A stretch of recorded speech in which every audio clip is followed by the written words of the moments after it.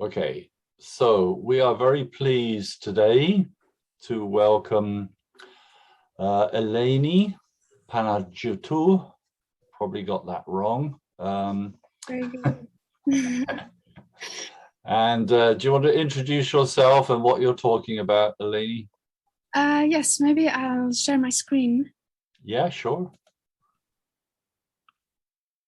Can you all see? Yep.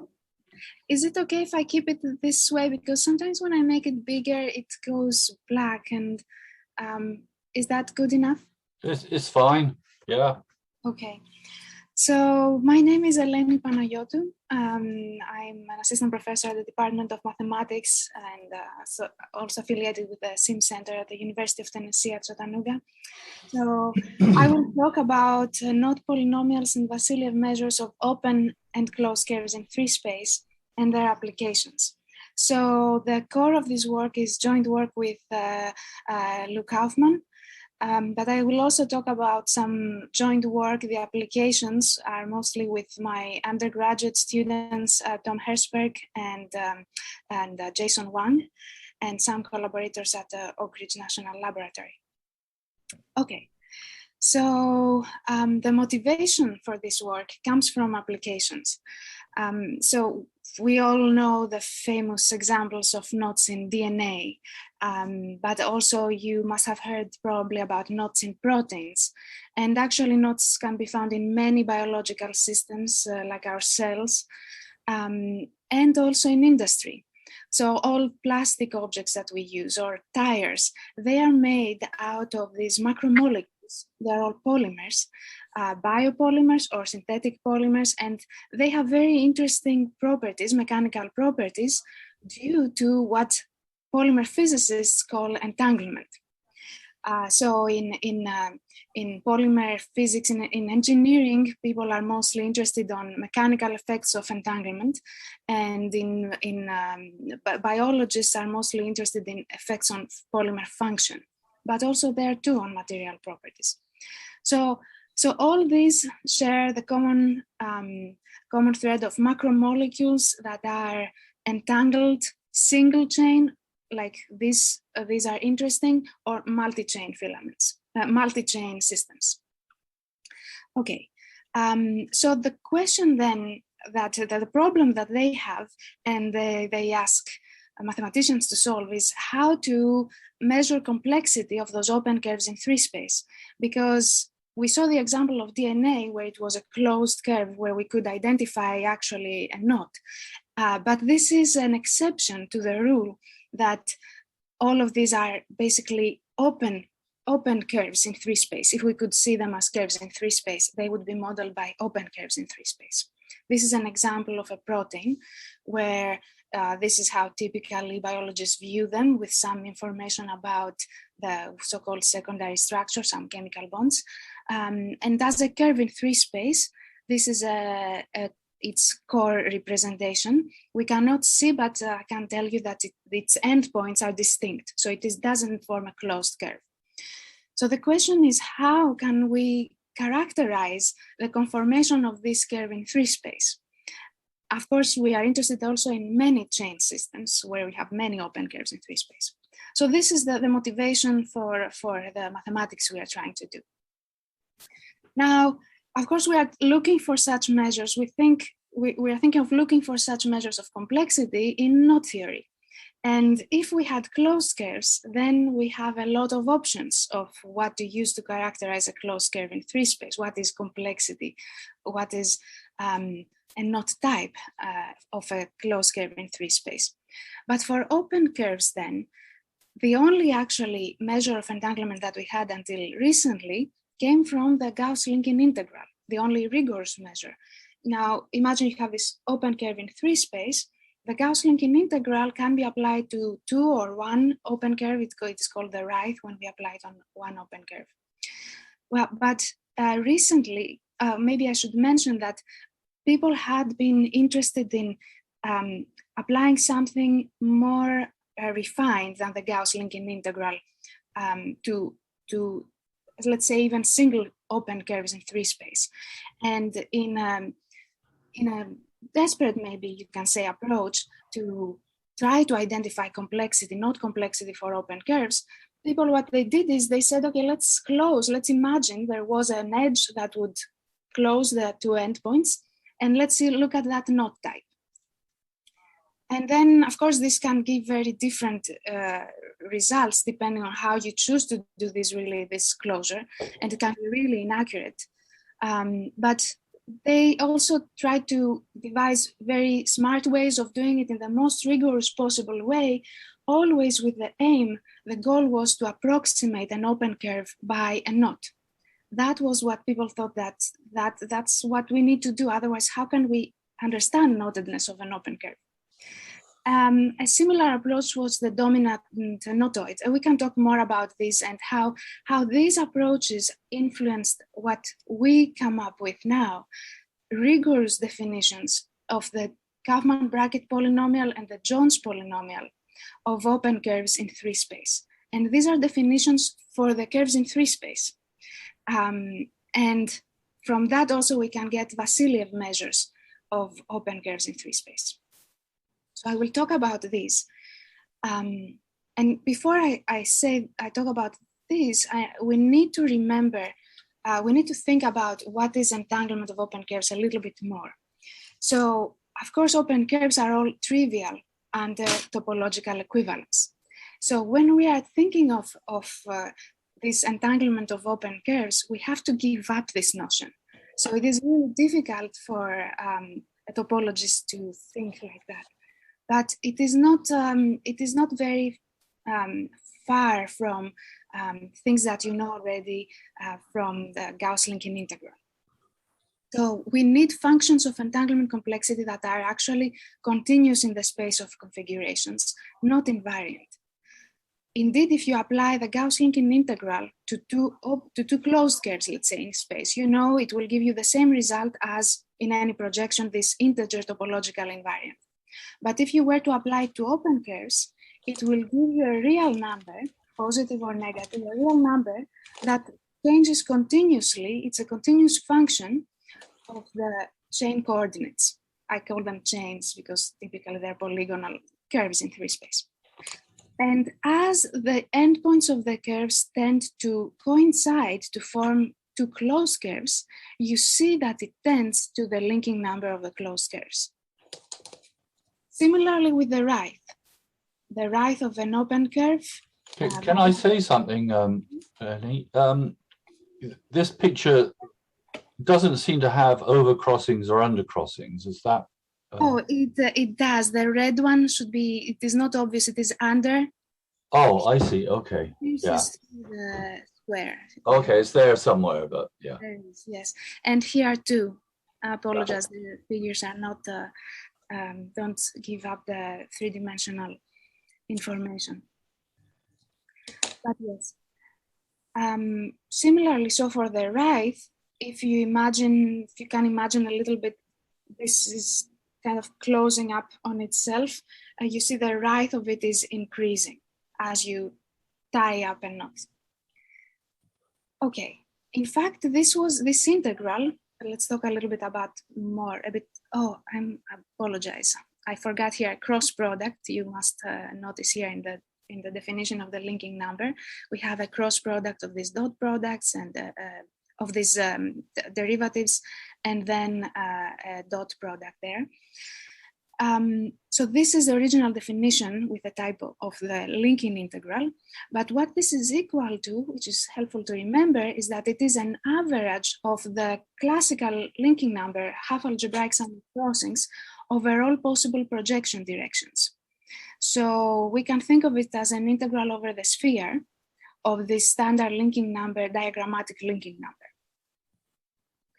Okay, so another ingredient that we will need is let's remember first the Jones polynomial of knots. So the Jones polynomials of knots, so we will define it using the normalized bracket polynomial. So first of all, we need to use this this relation to calculate the bracket polynomial, these three rules, and then we can calculate it from a diagram using this expression and by calculating all the different states that occur by smoothing out these crossings. Okay, you all know about that. But a similar definition holds for notoids. Notoids are open-ended knot diagrams. So these live on a plane or on a sphere.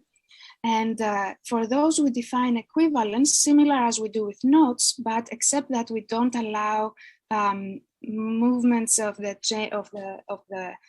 arcs that pass through these endpoints. So we don't touch the endpoints in these Rademaster-like moves. And then for those, these can also be classified, they can to a certain degree by the Jones polynomial of notoids, which has exactly the same definition as before, except for when we have the trivial notoid here is replaced, it has replaced the trivial knot. Okay, so now we propose to define for an open curve in 3 space. You see, if you choose a projection, you can get a notoid. And so what we say is choose a projection, and for this notoid, you can calculate its Jones polynomial. And then you can choose another projection, and for this notoid, you can calculate its Jones polynomial. And actually, you can do this for all the projections, and you can take the average of these polynomials over all possible projection directions. So in the form of an integral, you can see this here in equation 9. So psi, this with the subscript psi is to indicate the projections, which are now notoids for which these are all well defined. And this gives us now this expression of the Jones polynomial, this normalized bracket polynomial. If the curve was closed to begin with, if it was a knot that we had actually in 3 space, this would coincide with a classical Jones polynomial. But for an open curve in 3 space, now this gives a polynomial that instead of integer coefficients as we are used to for knots, it has now real coefficients. And these coefficients are continuous functions of the chain coordinates. So this polynomial is now a new polynomial that you will see in the following examples, it doesn't correspond to any polynomial of a known knot or any polynomial of a known notoid. It's a polynomial associated only with a fixed in space curve. So for example, here, this is a very trivial polygonal curve with 4 edges. You cannot even make a knot with that. But imagine, maybe you can see a little bit the structure. So this edge is to the left of, as we see here, of this edge. And these different snapshots, they show this other edge coming closer and closer to the other 3 to become almost planar there. So you see initially, you see this is the Jones polynomial for the initial configuration. So you see an unusual polynomial for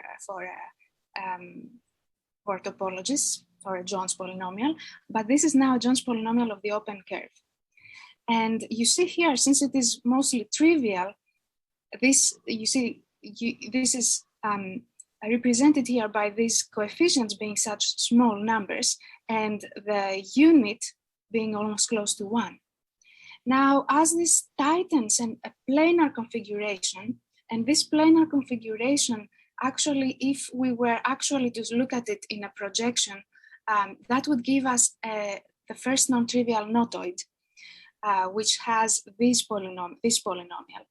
And you see how its coefficients now, this one, which is not exactly planar, you see its coefficients, however, they tend to the coefficients of the K2.1 notoid. For comparison, here is the trefoil Jones polynomial. And here you can see this is plotting the polynomial, okay? So this is here the Jones variable, and here you see that the polynomial for the different snapshots. You can see it's still far from the polynomial of the trefoil knot. But that's another way of thinking about it. This is, you can ignore this later. Okay, so Tom was a student here with me. He was a student in computer science, and he just recently graduated. And he wrote a package that a computer package that it should have been already available, but since he graduated, he's now a PhD student, and I'm trying to get his attention to finish this project. It is almost there. So we have this package that computes also this Jones polynomial that I just mentioned, but also other functions like the right in periodic boundary conditions, linking number in periodic boundary conditions. So he created this package, and he actually used it in collaboration with a group at the Oak Ridge National Laboratory to study the effects of entanglement in what is called diblock copolymer melts. So I can tell you a little bit about what they did in Oak Ridge. So they did simulations of these macromolecules that are made of two different chemical compounds. So let's say one is the red and the other one is the green. But the red and the green are connected. So basically they form these cyclic polymers, but half of it is one chemical composition and the other one is another. And moreover, they tie them in trefoil knots. So these are all trefoil knots. Half of the trefoil is green, half is red. And typically, if you put all these together, they should be randomly placed. But as you decrease the temperature, you can see from bottom to top here, there is a certain temperature beyond which these organize these systems. They organize in layers so that all the red parts of these macromolecules form one layer and all the green parts another layer. And when this is achieved, this is now a system that has very different mechanical properties than the random one. So what they were interested in was to see whether the topology that they had put in, because they had put already inside a trefoil knot, right? This has a trefoil knot, each one of those. They wanted to see whether it correlated at all with this transition temperature. So what Tom did is he wanted to see, okay, you have a trefoil knot, but is it a tight trefoil knot or is it a loose trefoil knot? So Tom went on and scanned each one of these macromolecules. I think each one had maybe 1,000 or so chains, each of these samples they gave us, 1,000 trefoils inside. And so he went on and scanned each one of them until with this Jones polynomial of open curves in 3 space now, because he was clipping it to be, and so it was open. Now using that Jones polynomial, he could identify where the trefoil was in this, in the entire macromolecule. Eleni, do you mind if I interrupt a minute? Is this not a connected sum? I mean, yes. Well, it is a non-knot, let's say, and so it's not the trefoil then. Well, it is a trefoil. It is a trefoil. Right. Okay, but so one half of this must be trivial then. Yes. Yeah. Okay, sure. Yes. So what he found by looking at that, at where is the trefoil in these systems, he found that close to this 0.8 temperature, which is close to where we start seeing this transition to lamella, as it's called, phase, most of the trefoil part, that the knotted part of the trefoil, if we could say, is in the red part, in one of the chemical components. So at that transition temperature, instead of the trefoil being global, let's say, in the chain, it was being tightened, and in particular in one of the two components, which had a different chemical composition that favored the knot being there. So that was an interesting result that they couldn't have known otherwise, where the trefoil is and whether it can have any impact on this transition. So that was an interesting application. But while Tom was doing that, he also noticed that the computation time, this is with the length of the chains, how many monomers the macromolecules have, or how many vertices a polygonal chain has. You see, this is for parallel execution, this is for serial execution. It might seem like this is not too much, but when you have to do it for thousands of curves or chains, it becomes intractable, this calculation. And especially sometimes there are, because you see the calculation is depends on the number of crossings each time, then it is in a projection. It becomes, it needs a lot of memory also. Okay, so not that we need necessarily extra motivation, but this was a this is definitely a motivation for doing something faster. And that is actually addressed by these Vassiliev measures that I will talk about. So for the Vassiliev measures, it is useful to use the enhanced Jones polynomial instead of the Jones polynomial we're talking about earlier. So it is calculated using enhanced states. So each state has a sign, plus and minus sign. It can have a plus and minus sign. And so the enhanced Jones polynomial is calculated using this formula. The bracket now is calculated using this formula. And S is the enhanced states of the diagram, I of S number of B-smoothings, lambda positive circles minus negative circles, and J of S with this expression. So it might seem more complicated, but it is helpful in what we are going to do after that. So this is the same now here for the notoids, we can do exactly the same thing. And now by using the substitution Q is equal to E2 minus X over 2, we can now easily expand this in series of X. And now the coefficients of X to K are Vassiliev invariants of order K. As we said, this we can define it both for knots and for notoids. So again, what would we do now for open curves in 3 space? We will do the same trick as before, which is averaging over all possible projection directions. So averaging over the sphere. So if L is a curve in 3 space, the kth Vassiliev measure will be this integral where this depends on this state expansion for each projection. Okay. So now this WK is equal. It turns out that if we were to do the average enhanced Jones polynomial and do the expansion there, these coefficients would be identical, the way we defined the coefficient in the previous slide, as you might expect. And now if L was a closed curve to begin with, this WK integral would be exactly the kth Vassiliev invariant. If it is an open curve in 3 space, then this integral gives us a number that is a continuous function of the chain coordinates in 3 space. Okay, now the second Vassiliev invariant, this is what we will focus on here.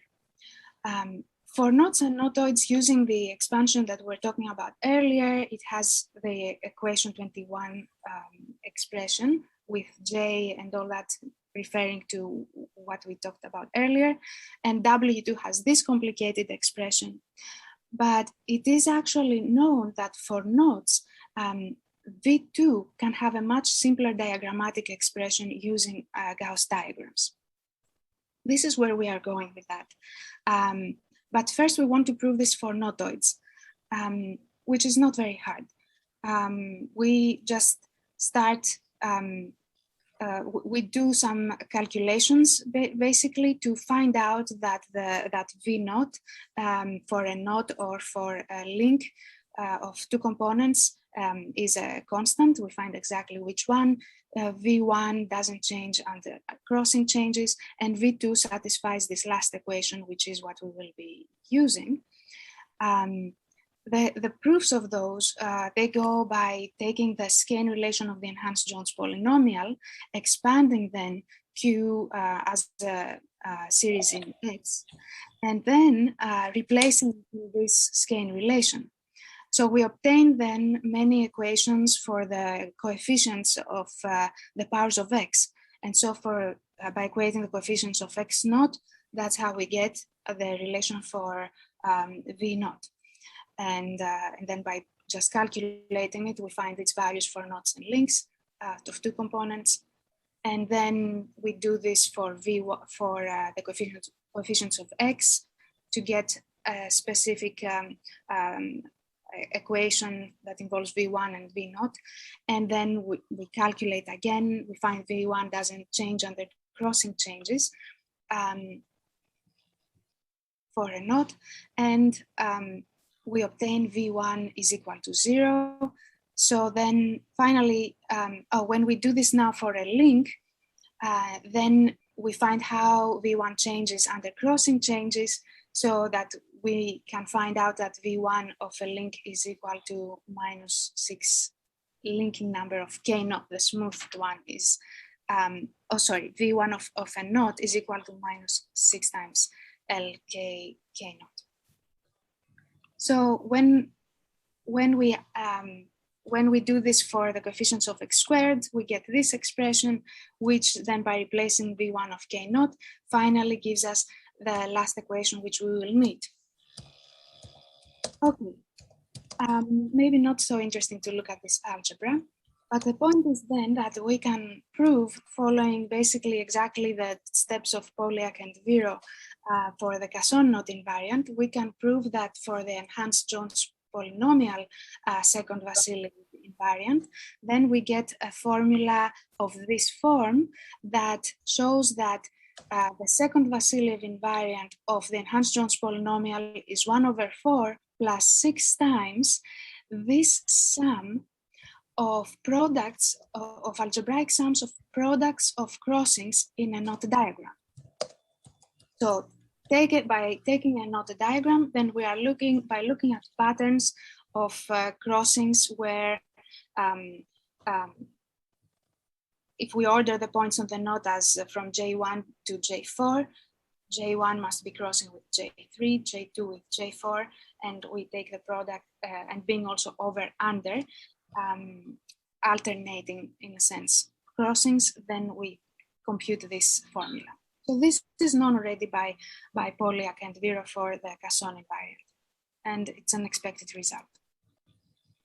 Now, when we do this for knotoids, the situation is more complex because, of course, we can create an ascending or descending knotoid by changing crossings, but this is not easy. It's not as simple for links, for linkoids, so many component knotoids. Then as many crossings as no matter how many crossings we change, we might arrive at something that is non-separable linkoids, something we don't need to get into details for the purpose of this talk. But you see here, we are trying to derive similar formulas, but we have some constants involved with algebraic sums of crossings needed to convert K to an ascending knotoid diagram, and L is the algebraic sum of crossings needed to convert K naught to a separated linkoid. Okay, so and these we cannot calculate as they depend on the specific diagram each time, this V naught of K naught of S. But we obtain this formula, and if it happened that if we reduce it to not just any knotoid, but to knot type knotoids, these are knotoids whose endpoints are in the same region. So they really look very much like knots. Oh, sorry, I thought there was a question. If it happened to be a knot type knotoid, then we get again this nice equations. Can I ask everybody to mute themselves, please? Except, of course, the speaker.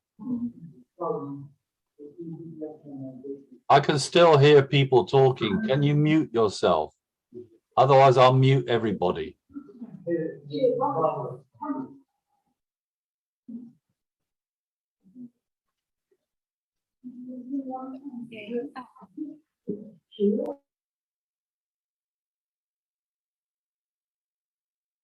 I cannot hear you. I don't know if you said something. It was Oslem. Okay. All right. So if we had a knot-type notoid, then we get these nice expressions which allow us to prove that for knot-type notoids, this second Vassiliev measure again has this nice expression that we can compute from a notoid diagram simply by counting crossings in the same pairs of crossings in this way. Okay, so I won't go in the proof of that. And it is again similar to the Weir and Polyak proof.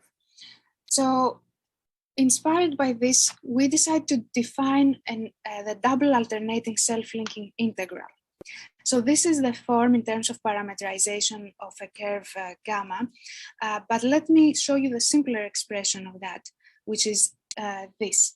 Let's take, we are saying, the average over all possible projection directions, so again an average over the sphere, of this algebraic sum of crossings, which is a product of signs of pairs of crossings. Now, if we had a closed curve, then this will be almost up to a constant equal to the second Vassiliev invariant of the enhanced Jones polynomial. If we have an open curve in free space, this integral is now a continuous function of the coordinates of the curve. And as the curve, the endpoints of the curve tend to coincide, it will tend to the second Vassiliev invariant of the closed curve. Okay, so so this gives us now something, a new integral over one curve. Okay, so let me go back to this formula. It's an integral. I look at this formula just because it is simple to compare to self-linking or linking number, which is now an integral over one curve that measures something that is stronger than the right of a curve or the self-linking number. Let's look at an application of that. Remember, that was the protein we started with. This is the protein 1V9E, and which looks like this polygonal curve. Actually, it's a second Vassiliev measure, or I should say maybe the integral, self-linking integral that we defined earlier, is 0.8, where the trefoil knot has second Vassiliev invariant equal to 1. And indeed, this curve does contain a knot. The groups of Millet and Sulkowska and Stasiak who analyzed knotted proteins, they had already found with all this analysis of approximated the curve by knots that this contains a trefoil knot. But you see here, we can do it simply by this algebraic sum of crossings formula, this integral over the curve, without having to calculate any knot polynomials. Okay, and then we can take this further to wonder about what are the values of V2 for curves that don't even have knots necessarily. Could that be useful even in that sense? So I will talk about most proteins. So 90% of proteins contain no knots or slip knots. So they are unknotted completely by any means. But even though they are considered trivial from topological point of view, they are all not identical. They have different conformations in free space. And these unknotted, even a part of them that is called two-state proteins, a collection of two-state proteins, single domain proteins, so very simple biologically proteins, can have folding rates that span many orders of magnitude. Folding rate is a measure of how fast a protein attains this specific three-dimensional conformation that it needs to function. So the question remains for biologists, does topology matter in protein folding? Because even if topologists are excited to know that 10% of proteins contain knots, a biologist says, oh, that's an error, a simple statistical error of nature to have made these knots. They're not important. So on the other hand, we know that the conformation of proteins in 3-space is important. So we went on and studied, calculated V2 for a set of 2-state proteins with no knots and no slip knots. So you see the values of V2 are very small. So this is challenging our mathematical intuition on, are these chains knotted, or what does it even mean, right? But nevertheless, if you calculate this integral, which we said, if they were to create a knot, this will increase to 1 or to whatever the second Vassiliev invariant of that knot would be. And you see here that the folding rate is decreasing, which means that, and this is in logarithmic scale, that means that the chains, the proteins take longer and longer to find this conformation that they need to attain to function, when that state that they need to attain is more complex by what we define here as complexity. So this is an interesting result to further motivate this definition of a second Vassiliev measure. So with that, I would like to conclude and say that we defined the Jones polynomial of open curves in 3-space and showed that it is a polynomial with real coefficients that are continuous function of the chain coordinates. And this method can be extended to other topological invariants. In fact, you can think of, I like to think of this as a generalization of the Jones polynomial. Before it was constrained to be an integer coefficients. And now we can allow it to take much more values, and they mean something. So we use the enhanced Jones polynomial to define Vassiliev invariants, or Vassiliev measures, we should say, of open curves in 3-space, which we showed that the second Vassiliev measure, it can obtain a simple self-linking type of integral. And we could try to find such integrals for higher order invariants as well. There are such integrals coming from the Witten's integral, but these are hard to, they remain elusive. Here we give an integral expression for the second Vassiliev measure that it is, has a rigorous and definition and geometrical interpretation. I would like to thank the funding for me and my students, and also Luis Kaufman was supported by the Laboratory of Topology and Dynamics of Novosibirsk State University for this work. If I can, I would like to also take a moment to just show you here some of the students who've been working with me this year. This is Tom, who is gone now. But also to advertise open positions. So if you have a student who wants to do a master's or PhD, we have open positions here, and I would be happy to fund them. And next fall, there will be an AMS meeting here at the University of Tennessee at Chattanooga. Thank you. Well, thank you, Eleni. That was a fascinating talk, very interesting. Are there any questions?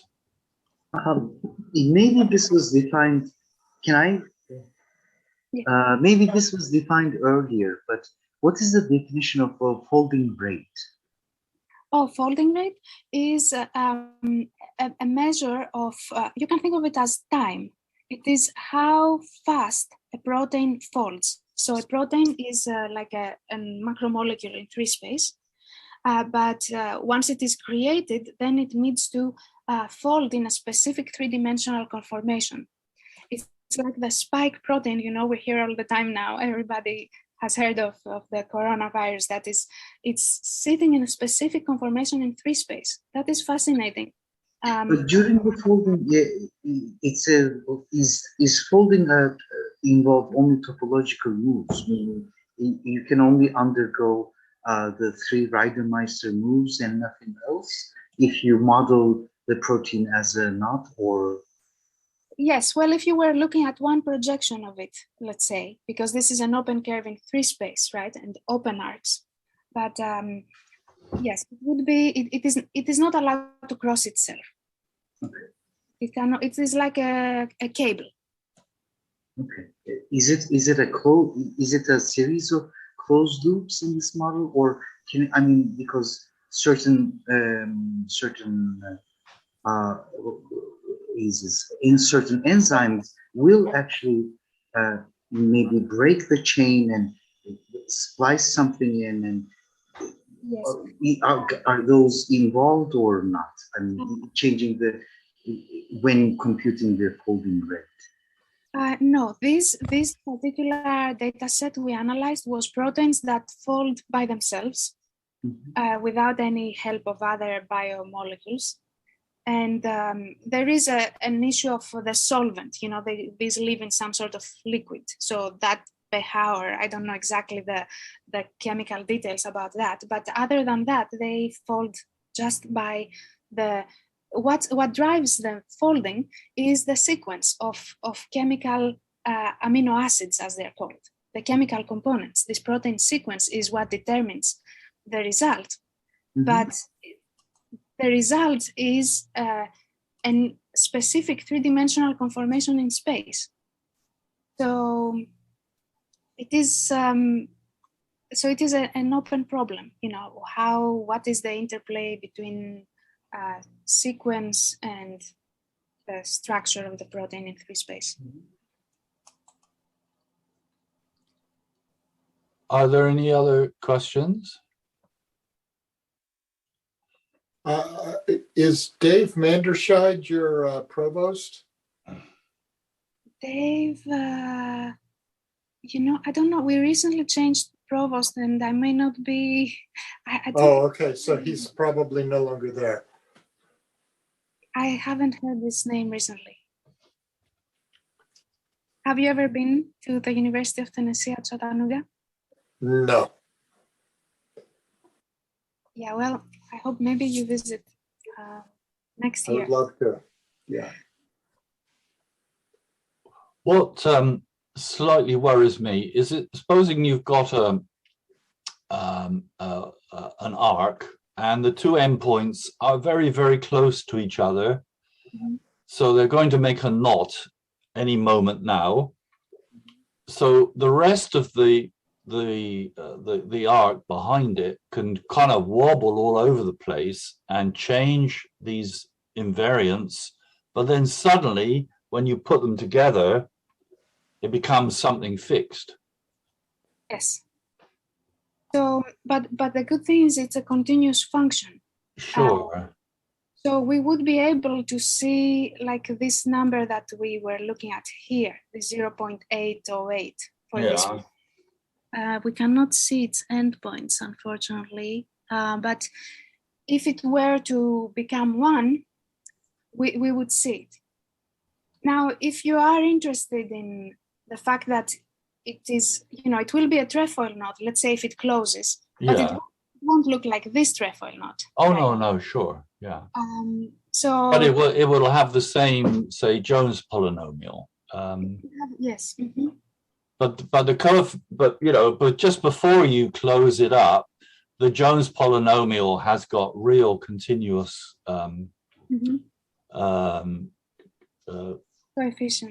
coefficients. So that could be wobbling all over the place, and then suddenly, you know, you put it together and create a knot, and they suddenly become fixed.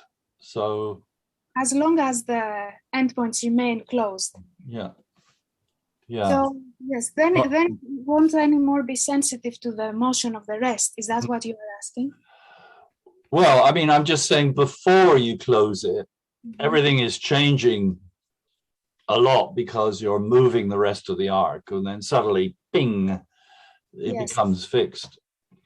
Yes, it will be changing, but you know, the Jones polynomial and the second Vassiliev measure, as it closes, no matter what the rest of it does out here, if it is a trefoil, it won't affect, but it is so close, it will still be recognizing that it is a trefoil, no matter what. I mean, up to 0.99, you know, close to V2 is equal to 1.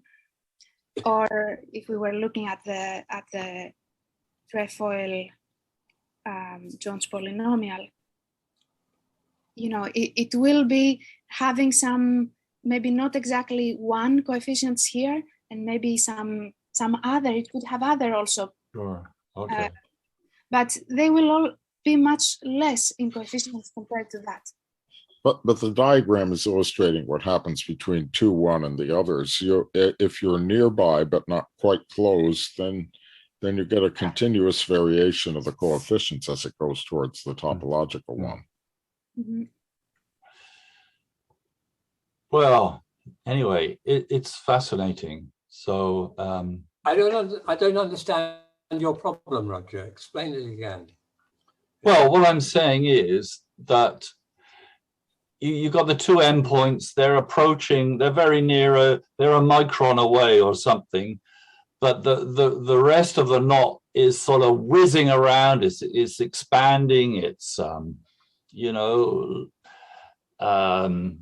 doing all sorts of funny things topologically. So all these numbers, I suppose, will be, most of them will be very small anyway, because they're about to vanish. Yes. Well, think of natoids, Roger, right? In Sure. a natoid, you have the ends separate, but lots of motion of the natoid will be invariant. Right. When you're calculating things about it. I see. Okay. No, I mean, I'm just, you know, just being difficult. So. No, you're understanding it. Yeah. Okay. It's very interesting idea. Anyway. I mean, if there is time to elaborate on the discussion, what sensible meaning Roger's question might have is, I mean, with topological invariance, for instance, degree also has similar nature, topological degree. But there are certain cases when there is continuity up to a point and then a sudden change, as in either bifurcation diagrams or Morse functions. Maybe that's the kind of direction Roger had in mind in asking to what extent we can speak about continuity of the coefficients. Are there certain cases where continuity would fail and it would be relevant to this question? Maybe that's a better phrasing of the question. But well, I think that our proof on continuity of the coefficients as a function of the chain coordinates doesn't depend on any particular configuration of the chain. So it should hold for any curve in 3 space, as long as it is a simple curve in 3 space.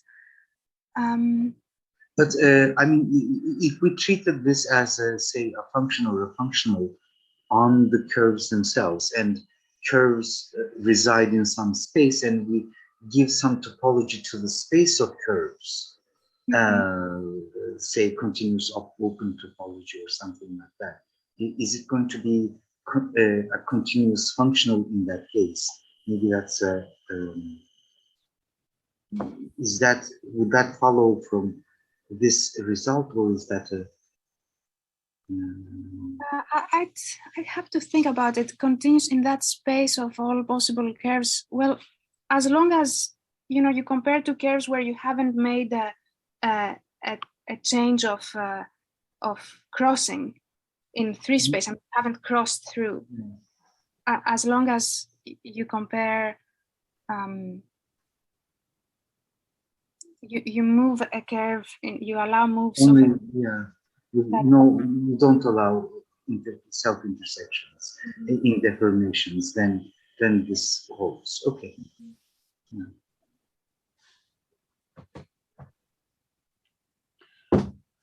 Are there any more questions? Oh, that's really lovely work. Yeah, I think so too. Yeah, yeah. So, Yes, agreed. May I just make a comment? I'm Oh. Sophia. Hello. I said hello in the beginning. It is a deep pleasure to see Eleni.